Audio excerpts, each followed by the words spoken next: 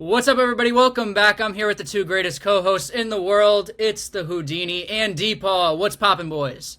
Yo, what's good, my fam? Yo, chillin', chillin'. How we doing, fellas? Doing good, doing good. We'll get into what everybody clicked on this podcast for. Today we're going to be ranking the best trades all time in MLB history. Before that, though, if you need to keep up to date with all your sports news, then Hot Shots Podcast is the place for you. So subscribe and follow to all of our channels at Hot Shots Podcast on all platforms. We'll follow you back there. Getting into the best trades in MLB history all time. That's originally what this idea was. I'm just going to say before I start this, my list was based on something very important to me. And It's a trade that resulted in a World Series. Didn't have to be that year, but I know people are going to be thinking Tatis for James Shields. They're going to be thinking Mad Max and Trey Turner to the Dodgers. But, I mean, those teams did not win, though. Max Scherzer and Trey Turner are no longer on the Dodgers. You know, Tatis is yet to win with the Padres. You know, they have a great team. Who knows? You know, I know he has a huge contract extension, so there's plenty of years to make that trade worth it. And I'm not saying that the trades weren't worth it, but the way that I currently ranked my rankings was that they had to win a World Series, because that's what you do it for at the end of the year. Am I correct, or did you guys kind of rank it just based on something else? It's hard to explain. Let's just dive into this. All right, that's fine. We'll do honorable mentions last. We're going to be doing top five. I'll start right now. Number 5, Alex Rodriguez to the New York Yankees. Rangers get Alfonso Soriano. Reason why I'm picking this guy: 2005 and 2007 MVP and 2009 World Series champ. One of the greatest hitters and players of all time. I know he has the whole steroid thing, but you can't deny he's one of the greatest hitters of all time. And in that 2009 World Series, where the Yankees won, he was a huge part of the whole thing. Whole playoffs, he batted like above 350 in the playoffs and was a huge reason they won. Yeah, so that was probably the biggest news of like all time in sports. I think when it happened, De Palma, I'm pretty sure. Like, I'm trying to figure out how old we were. That was the summer of what, 06, 05? I was gonna say 04, 05 04. maybe. Oh no, it was 04? 04. His first season was 2005. Yes, it was in the winter of 2000. I'm pretty sure. Here, talk. I'll double check right now. I'm no. He was a part of that 04 comeback. That was the summer of 03. Yes, he was when the Red Sox beat him. Yeah, it was the summer of 03. So like that was major news. But like as a Yankee fan, it was hard to let go of Alfonso Soriano. Yeah, he was true. Yeah, like I love Soriano. I do think that trade is a legit one to have on your list, because at the time it was crazy to picture A-Rod not playing shortstop anymore. That was like the big thing. Yeah, moving over for Jeter. Yeah, the two things I remember about that are all of the hype about, well, is he going to play short? And obviously not. You got the captain there, so him moving to third, and then either the next year or maybe it was part of the trade too. Signed in at the time was the most expensive contract in sports. Still remember that number, $252 million. He got there. So those are the two things that I remember. That nice number 5, Jedi. Honestly, right before we move on though, it's kind of crazy. $252 million, and it wasn't even that long ago.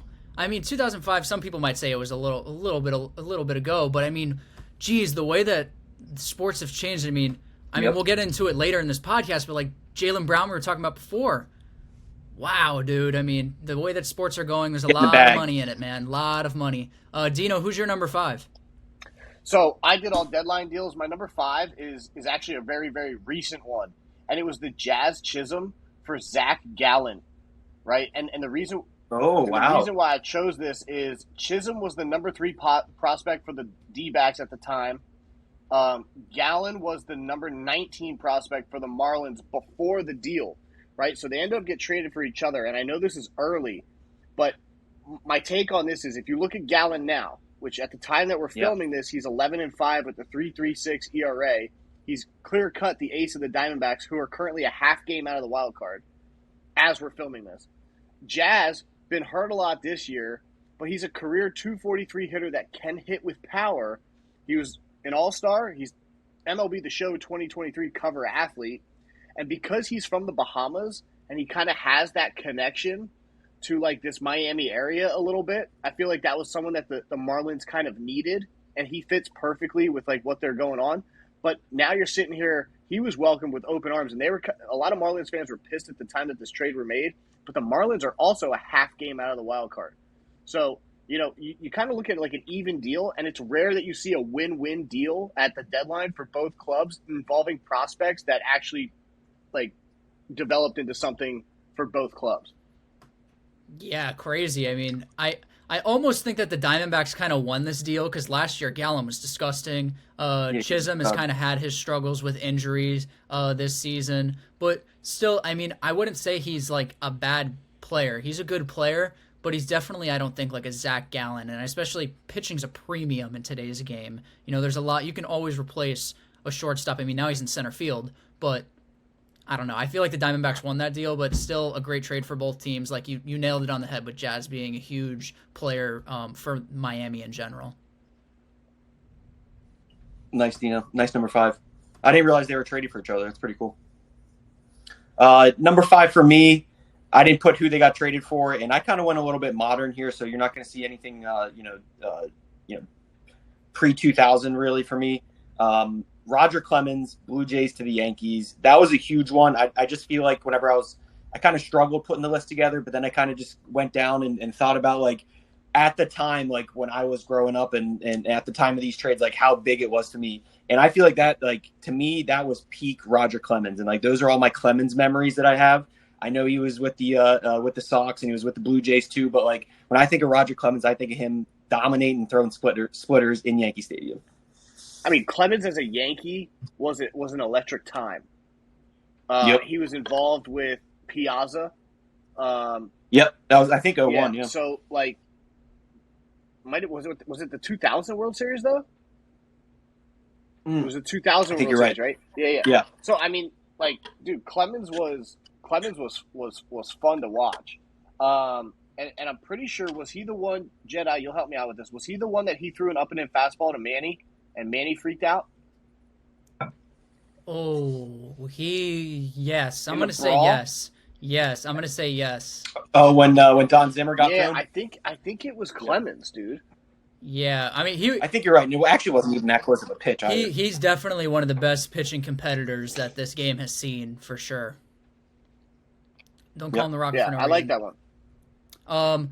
I'll just keep going. Number 4, I also had Roger Clemens to the Yankees. Deepaw, just to answer your question, David Wells actually went over in that deal. So that's who went to the Blue Jays for that, yeah. Nice. But my reasoning, though, I mean, Deepaw and Dino, you basically said it. 5 years in New York, Clemens won 2 World Series for them, 4 American League pennants, and was named AL Cy Young in 2001. It doesn't get better than that. I told you that I was going to rank this list based on World Series championships. The guy brought them, or at least was a huge part of them, in bringing them to 4 World Series, and then won 2 of them. I'll take that any day. Yeah, but like that was post David Wells with the Yanks when he was like in his glory years, right? Yeah, I think so. So that's a steal and a half.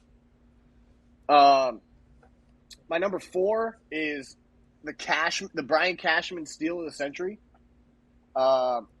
He sends Aroldis Chapman to the Cubs for Gleyber Torres, Billy McKinney, Adam Warren, and Rashad Crawford. Now, I don't know who Rashad Crawford is, but obviously, like, Torres was the clear-cut centerpiece of that deal. Chapman has a massive part in the Cubs winning the World Series that year. And then Cashman turns around and signs Chapman in the offseason. So that's also a win-win for both clubs, right? You get Chapman, he locks it down. He couldn't lock down Game 7, I think it was. I think was that the extra inning game? I think it was. But he gets his World Series ring, and you get, at the time, which was supposed to be your shortstop of the future, and regardless what Yankee fans feel about him now, right, when you look at like a complete steal of a trade, you trade a dude, he goes and plays 3-4 months with a club, wins a World Series ring, you re-sign him, and you picked up like the third-ranked prospect in the team's organization. Like, no, he was number 1 at the time.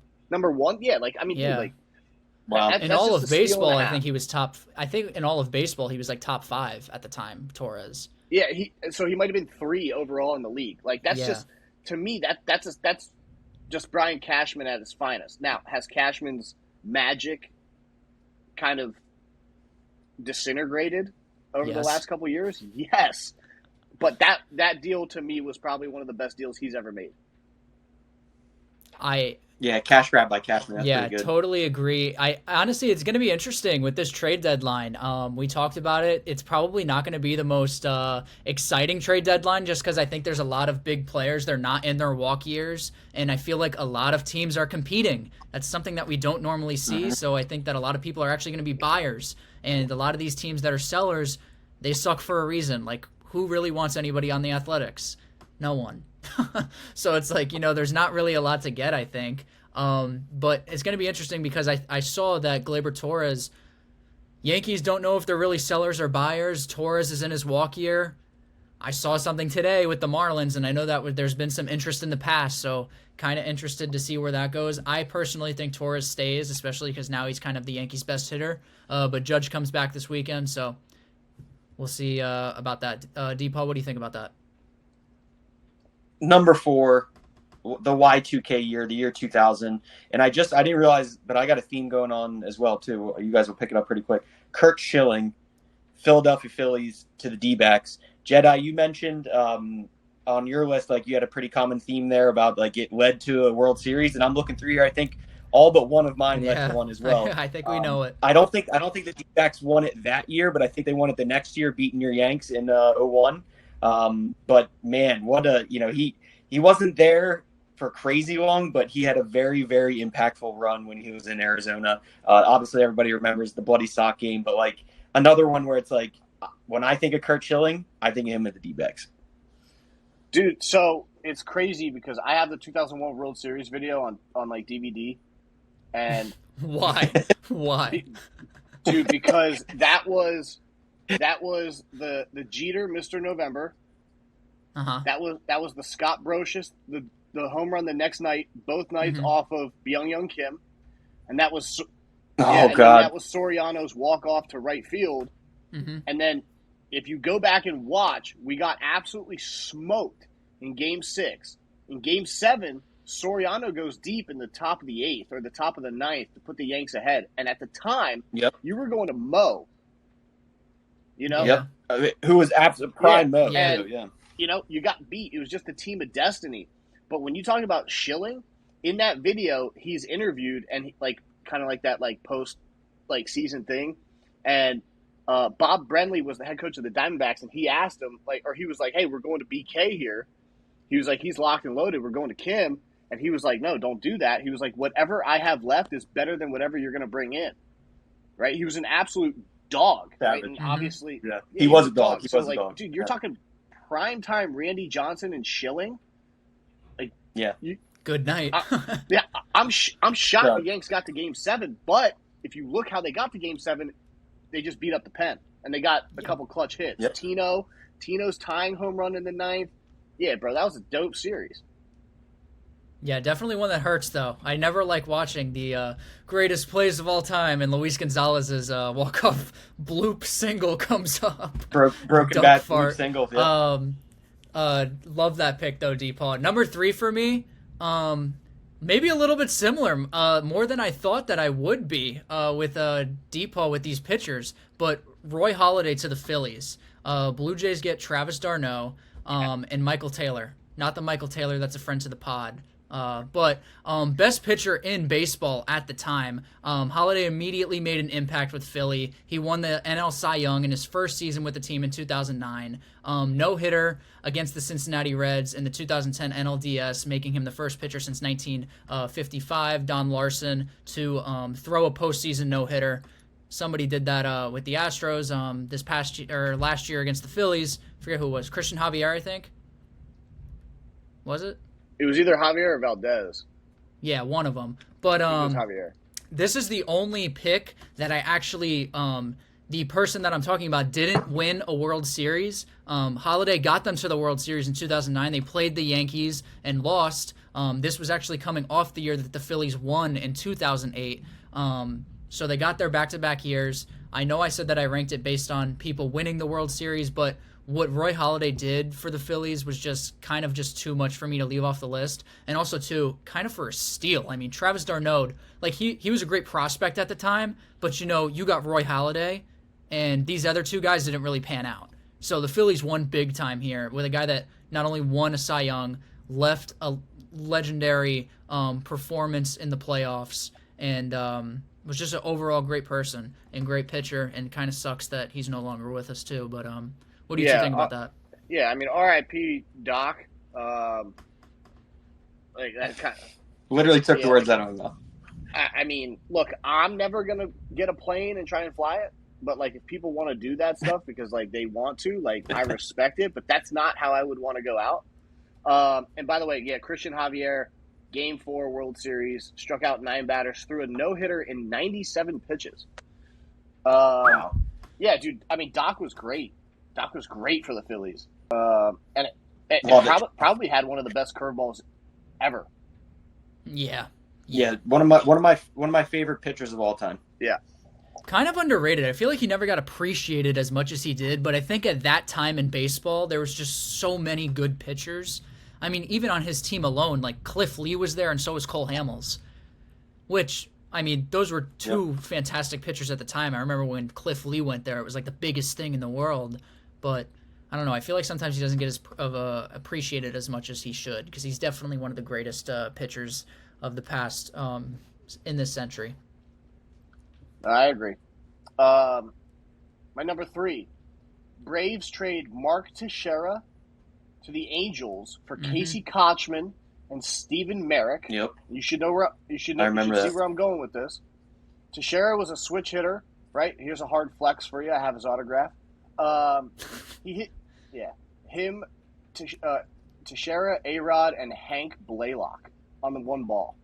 Yeah, talk about random. all went there with the Rangers. But anyway, Tax was a switch-hitting first baseman. In his time with the Angels, he hit .358, 27 extra base hits, 43 RBIs in 54 games, led them to the playoffs. They lose to the Red Sox in the ALDS. Teixeira goes to the Yanks in the offseason. At this time, if you landed a dude at the deadline and he signed with another team, you got a compensation pick. The Angels' compensation pick that year was Mike Trout. So you essentially traded Casey Kotchman and Stephen Merrick for Mike Trout. Wow. That's a great. I think I heard about that one before, but I always forget that. That's a great trade. Yeah, fabulous trade. And obviously, look, Teixeira had a good career, but like even if you were talking about trading Teixeira in his late years for Trout, you know what I mean? And I know Trout was just ended up being a rookie at the time, but dude, that might be one of the greatest trades of all time. That's pretty crazy. And at the time too, like young Mark Teixeira, like I forgot about how good he was at the Braves too. Like he was a young stud. Yeah, I love the history behind that. Love that. All right, number 3, Jedi, you just mentioned his name earlier, Cliff Lee, Blue Jays to the Phillies. I think that's pretty high rank for me just because, like, those Philly runs, like, never been a big Phils fan, but have a lot of friends who are. Like, you're obviously invested. You see all the games and all the playoff runs that they went on. But Cliff Lee, whenever, like, it was prime Cliff Lee, in my opinion, was, like, unhittable at that time. Like, that slider-cutter combo and, I don't know, just the smooth lefty windup just jumped out of his hands. One of the best pitchers and best runs I've seen in a while. I think that was like 08 or 09 that trade happened too. Cliff was good. Cliff was really good and was probably also underrated. You know, even when he was with the Indians. Was he with the Indians? Yeah, right? Yeah. Yeah, that's who he came over with in the trade. He came over from the Cleveland Indians, and the Indians actually got Jason Knapp and Carlos Carrasco, if you would know who that is if you watch baseball. Yeah, I mean, dude, like, I love Cliff Lee, and that pitching staff was really good, and they gave the Yanks a run for their money in 09. Oh yeah, totally agree. Number 2 on my list, Pedro Martinez to the Red Sox. He was an Expo at the time. Obviously, they're the Nationals now, but he was traded for Tony Armas, a pitching prospect at the time, and Carl Pavano, little old guy. Wow. Definitely sucked on the Yankees when he went. My gosh, he was horrible. But anyway, Pedro Martinez, absolutely dominant, just like Roy Halladay, probably the best pitcher on the planet at the time. So when he went to the Red Sox, they were getting the best pitcher in the world, man. I mean, this guy was dominant for years. He helped break a curse in 2004. He was the most feared pitcher on the planet for a few years. I mean, it was just magical watching him pitch. That changeup that he just had eaten out of his hands with every single batter, it was almost unhittable. And just to throw a little bit of a couple stats at you, from 1998 to 2004 when he was on the Red Sox, he went 117 and only had 37 losses, a 2.52 ERA, 1,300 innings pitched, and 1,683 strikeouts, finished top 4 in Cy Young in all years except for one. That's a run right there. Holy shit. And the only reason he didn't finish top 4 was because he got injured that year, and I think that he actually wasn't even qualified to be voted for it.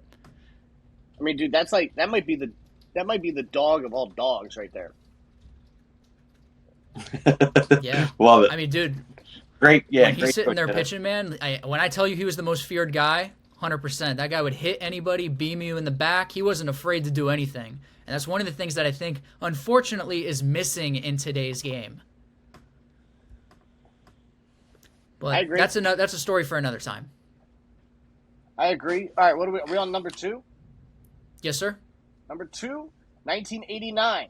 Yankees trade Ricky Henderson back to the Oakland Athletics.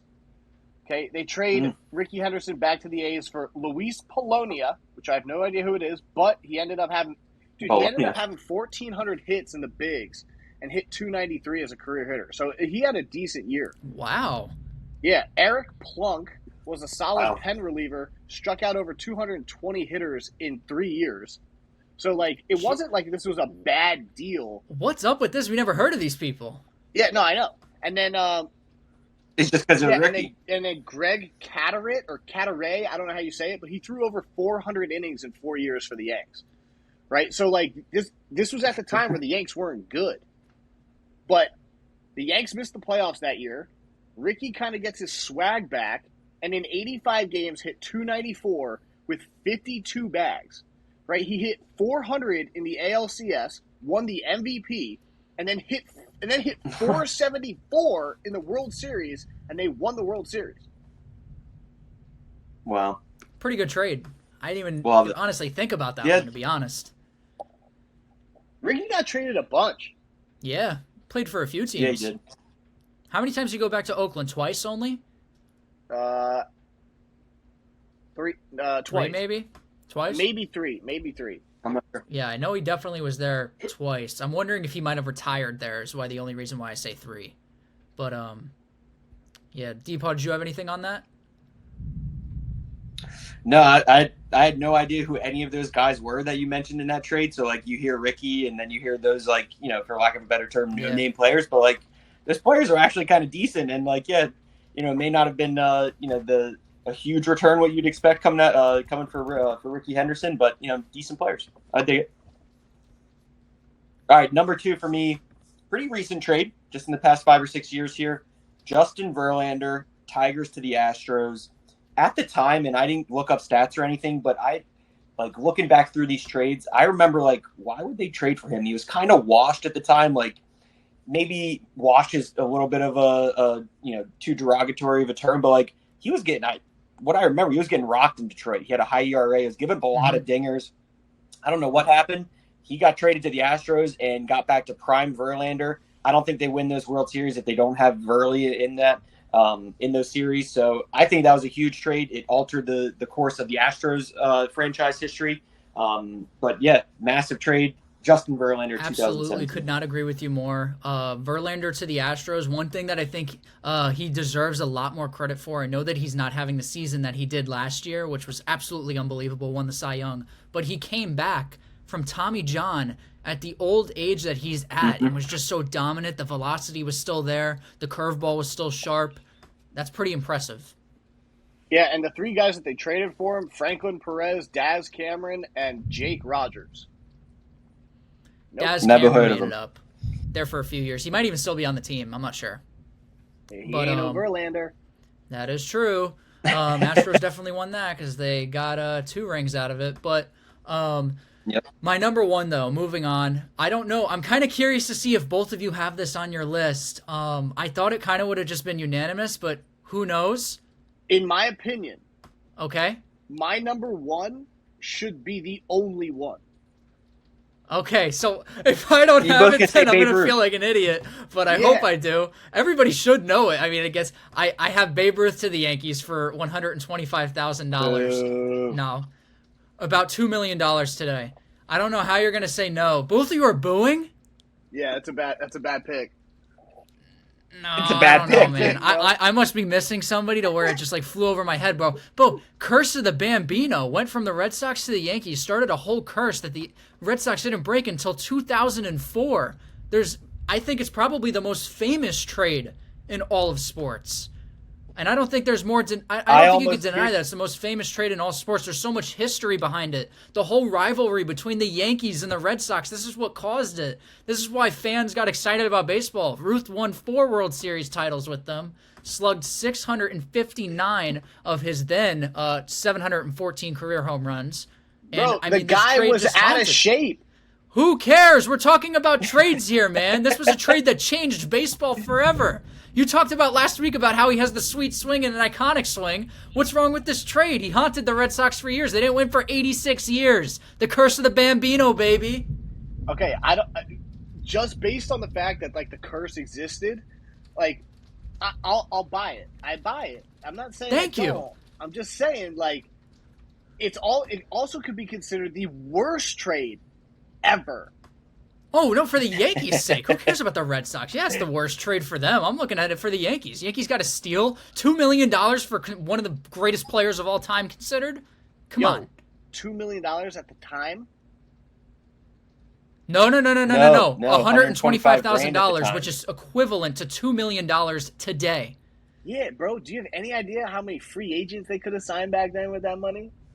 Bro, oh my gosh. I just said it was equivalent to $2 million. That's nothing.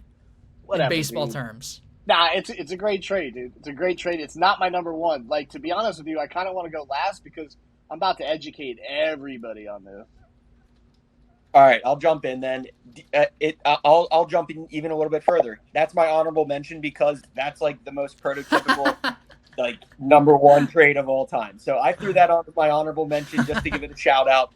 But I went more modern. So I went number one, CC Sabathia, Indians to the Brewers. That run that CC went on, literally unhittable.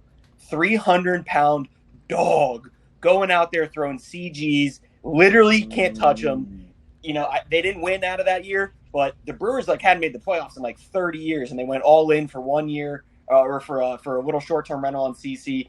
And in my opinion, that was one of the best trades. And let me just say real quick, that was my honorable mention, was CC to the Brewers, okay? So I did not have him on my list, but I only had one honorable mention, and I did choose him. And I told you before when I started, if they didn't win a World Series, I kind of didn't want to rank him on there. And although it was probably the greatest run a pitcher or any player has had after being traded to a team, is probably most definitely him. I am not arguing that. I have a few of the stats here. They lost in the NLDS 3-1 in the series to the Phillies, actually. And CC went 11-2 with a 1.65 ERA, 7 shutouts, 3 complete games, and 130 innings pitched. Ooh. Bro, it was ridiculous. And I think there were a couple times towards the end there too when they were still battling for playoff position where he would go on short days rest. He didn't care. Just give me the ball. I'm going to dog it, and I'm going to beat this team. Definition of carrying a team on your back to make the playoffs. Yep. Magnificent run. Absolute fantastic trade. I can't argue with that, Deepaw. All